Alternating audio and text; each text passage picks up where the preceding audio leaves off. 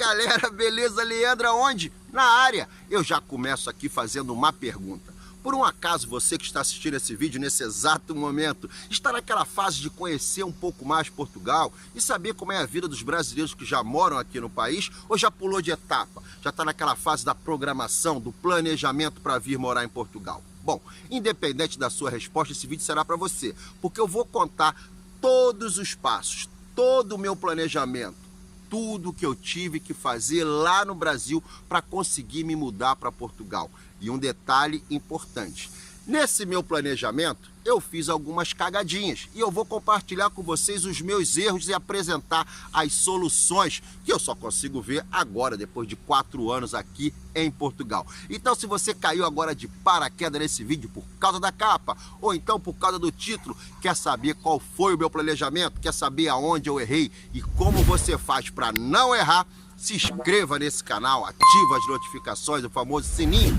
me ajude a continuar trazendo conteúdos para vocês diariamente falando sobre Portugal. Então é o seguinte, sem muito blá blá blá, vamos à vinheta e bora pro vídeo!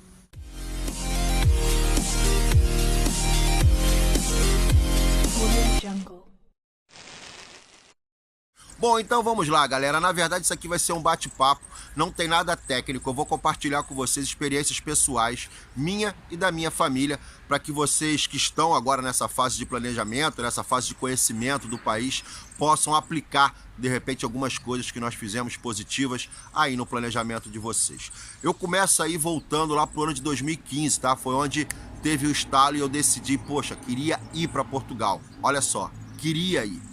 A primeira coisa que vocês devem fazer é conversar com seu companheiro ou com a sua companheira e juntos decidirem se é o melhor caminho, se os dois estão alinhados nessa decisão. Isso é muito importante. E eu confesso para vocês que naquele momento, em 2015, não estava alinhado, eu e minha esposa. Na verdade, eu queria muito vir, que a minha vontade de vir para Portugal acontece desde 2002, quando a minha tia veio, mas a minha esposa naquele momento não estava decidida a vir morar aqui. Então a primeira dica que eu dou para vocês do planejamento é que você e a patroa, ou a patroa e o patrão, estejam decididos a vir morar aqui. Bom, voltando para a minha história aqui, a minha esposa não queria, mas eu falei, bom, eu vou dar entrada na minha documentação, porque eu sabia que independente do que fosse acontecer, seria importante para mim e para os meus filhos ter a nacionalidade portuguesa. Então, eu fui atrás da minha nacionalidade. Então, a segunda dica para vocês é o planejamento na parte de documentos. A questão da nacionalidade e do documento, você tem dois caminhos. Atenção aí, vocês estão assistindo. Vocês têm dois caminhos. Vocês sabem que qualquer documento, nessa questão de visto, nessa questão de nacionalidade, você pode fazer sozinho, né?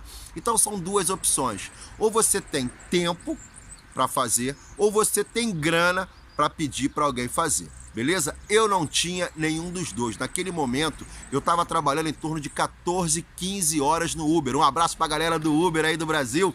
Eu trabalhei um bom tempo no Uber e naquele momento eu tinha o meu comércio e eu trabalhava no Uber. Então dava um total de 14, 15 horas por dia.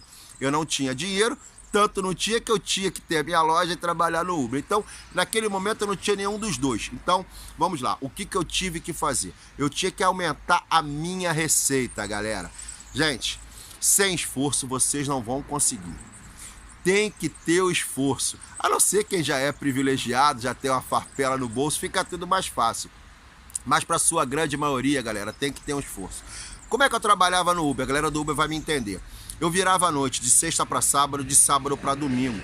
Chegava em casa por volta de meio-dia no domingo, e aí almoçava e descansava o resto do dia e não trabalhava na segunda. Bom, eu tinha que arrumar o dinheiro para tirar meu documento.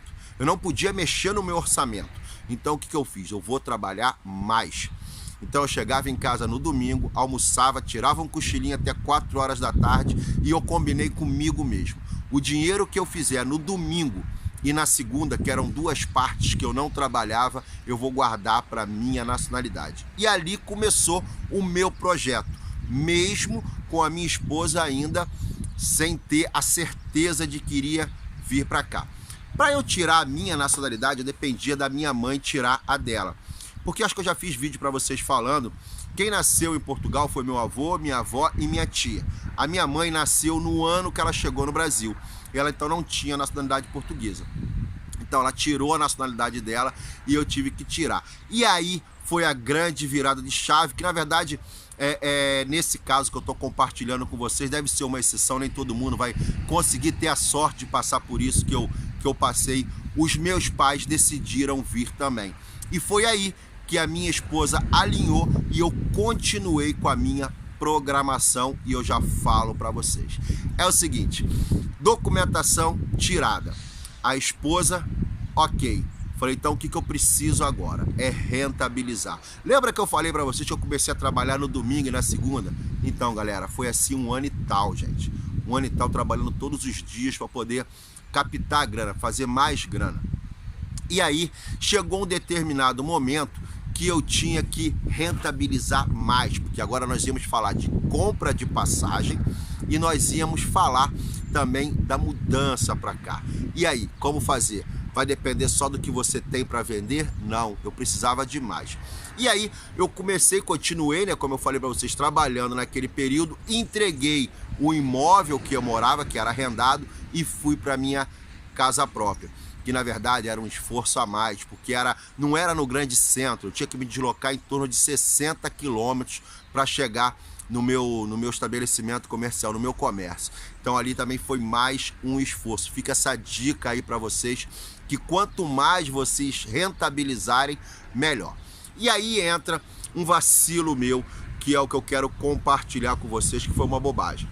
Naquele momento que eu larguei o meu apartamento e fui para minha casa própria, eu meio que tirei o pé do acelerador no trabalho, porque eu consegui economizar aquela grana, né, do aluguel que eu gastava, eu tirei o pé do acelerador do trabalho. E nesse meu espaço, eu não fiz nada para minha formação. Eu achava que ali, eu estando com dinheiro e com o know-how de vida que eu tinha adquirido no Brasil, eu fosse conseguir me recolocar aqui em Portugal. Meu cabelo tá maravilha, tá igual o leão da montanha, né? Então é o seguinte, é o primeiro erro. Galera, documento é importante, grana é importante, mas profissionalização também é. Naquele momento que eu tinha um pouco mais de horário vago ali, né, eu poderia ter buscado, eu já fiz vídeo para vocês falando, eu poderia ter buscado cursos gratuitos aí na internet e não fiz. Então fica essa dica para você, se profissionalize, saia do mais do mesmo. Se você for mais do mesmo, nesse novo cenário que Portugal e o mundo se encontra, vai ser muito difícil para você, beleza? Bom, vamos lá. Então, foi essa bobeira que eu dei, eu não me profissionalizei. Um outro vacilo que eu dei nessa minha programação foi o seguinte, meu pai se mudou antes, tá? E quando meu pai veio, aí vai entrar 2 dicas importantíssimas para vocês, que vocês têm que pensar, tá? Quando meu pai veio, ele automaticamente, ele já começou a buscar imóveis para mim, porque eu já estava na fase de comprar a passagem. Então já vai uma dica. O meu pai comprou uma passagem numa empresa aérea. A gente estava buscando, já estava meio que mitidinho no computador, né? Então buscava nesses sites e tal. Só que meu pai buscou numa agência. E o meu pai teve todo o suporte, que foi fundamental para ele poder vir para cá com essa agência de viagem, tá? E ele entrou pela Itália, da Itália foi para Portugal, que era um voo mais barato que ele conseguiu, ele teve o suporte e assim eu fiz também. Então, muito importante também a escolha de onde você vai comprar a sua passagem aérea. De repente, seria interessante você buscar algo que te desse também esse suporte e não ficar ao léu de uma compra pela internet. Mas isso é só uma sugestão, que foi o que eu fiz e eu tive realmente o suporte na compra da minha passagem aérea. Ou seja, já tinha convencido a patroa estava alinhada comigo, já tinha tirado o meu documento, já estava juntando a grana e eu já estava com a passagem comprada. Então o que eu precisava agora era pensar em Portugal, como eu faria em Portugal.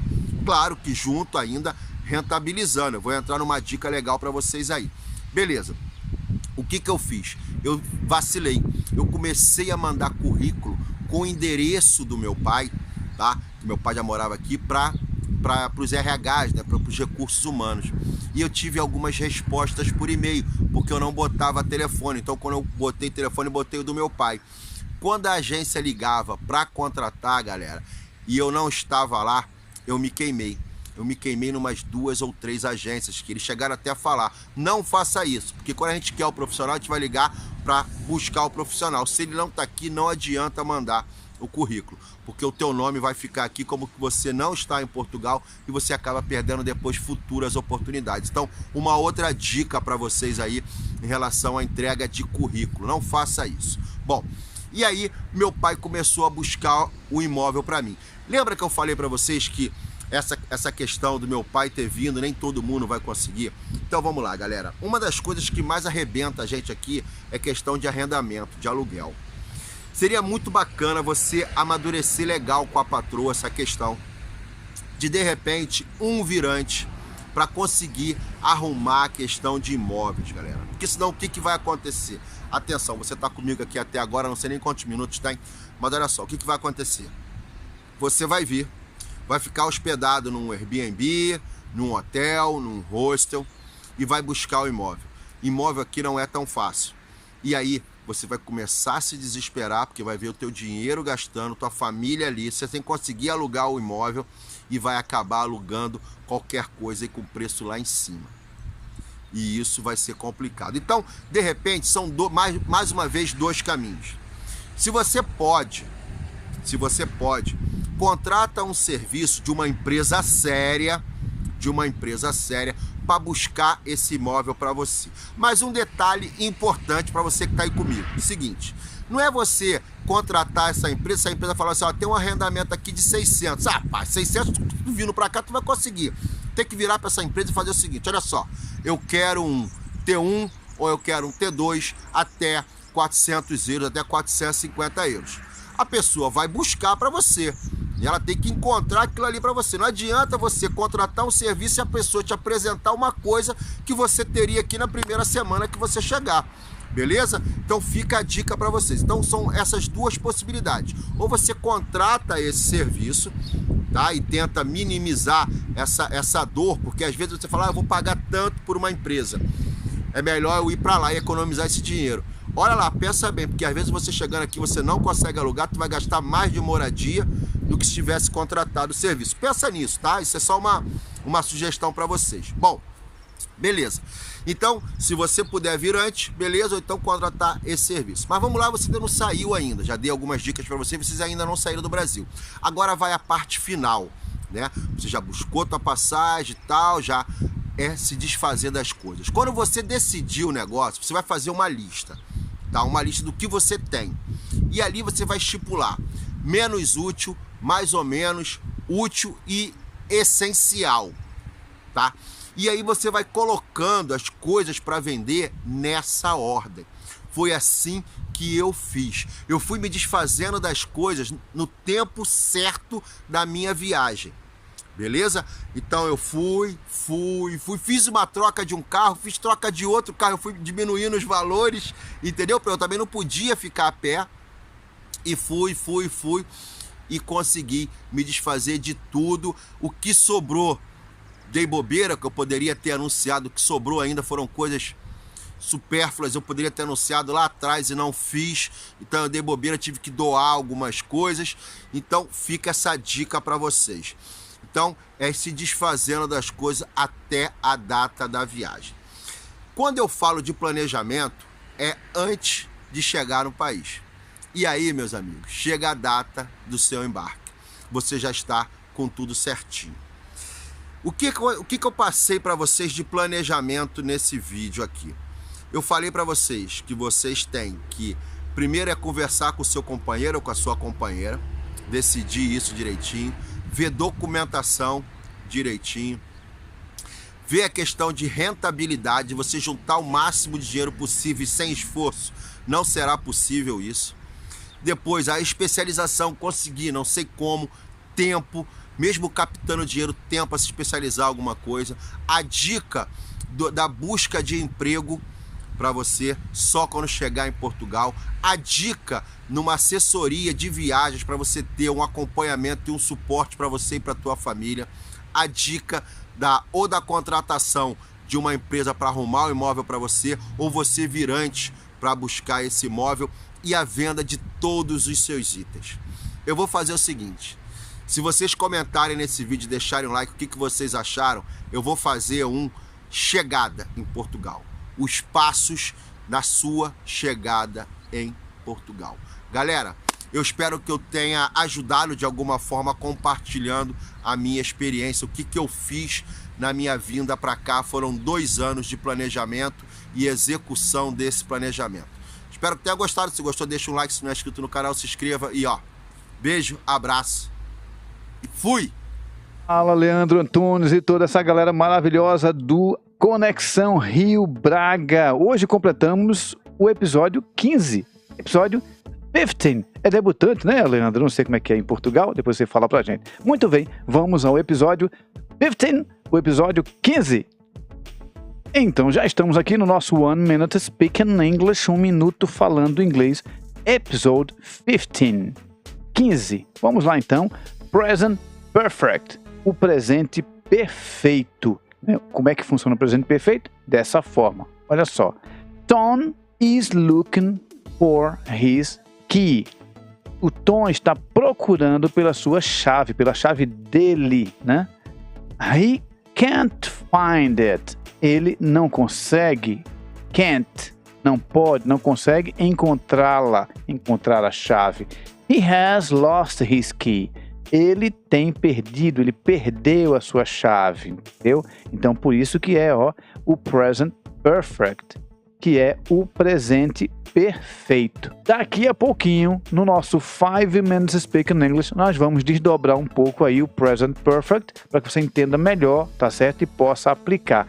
Lembrando que no episódio que vem, no episódio próximo, vamos ter música. Mas eu encontro você daqui a pouco para desdobrar um pouco mais do nosso episódio 15. Forte abraço e até daqui a pouco.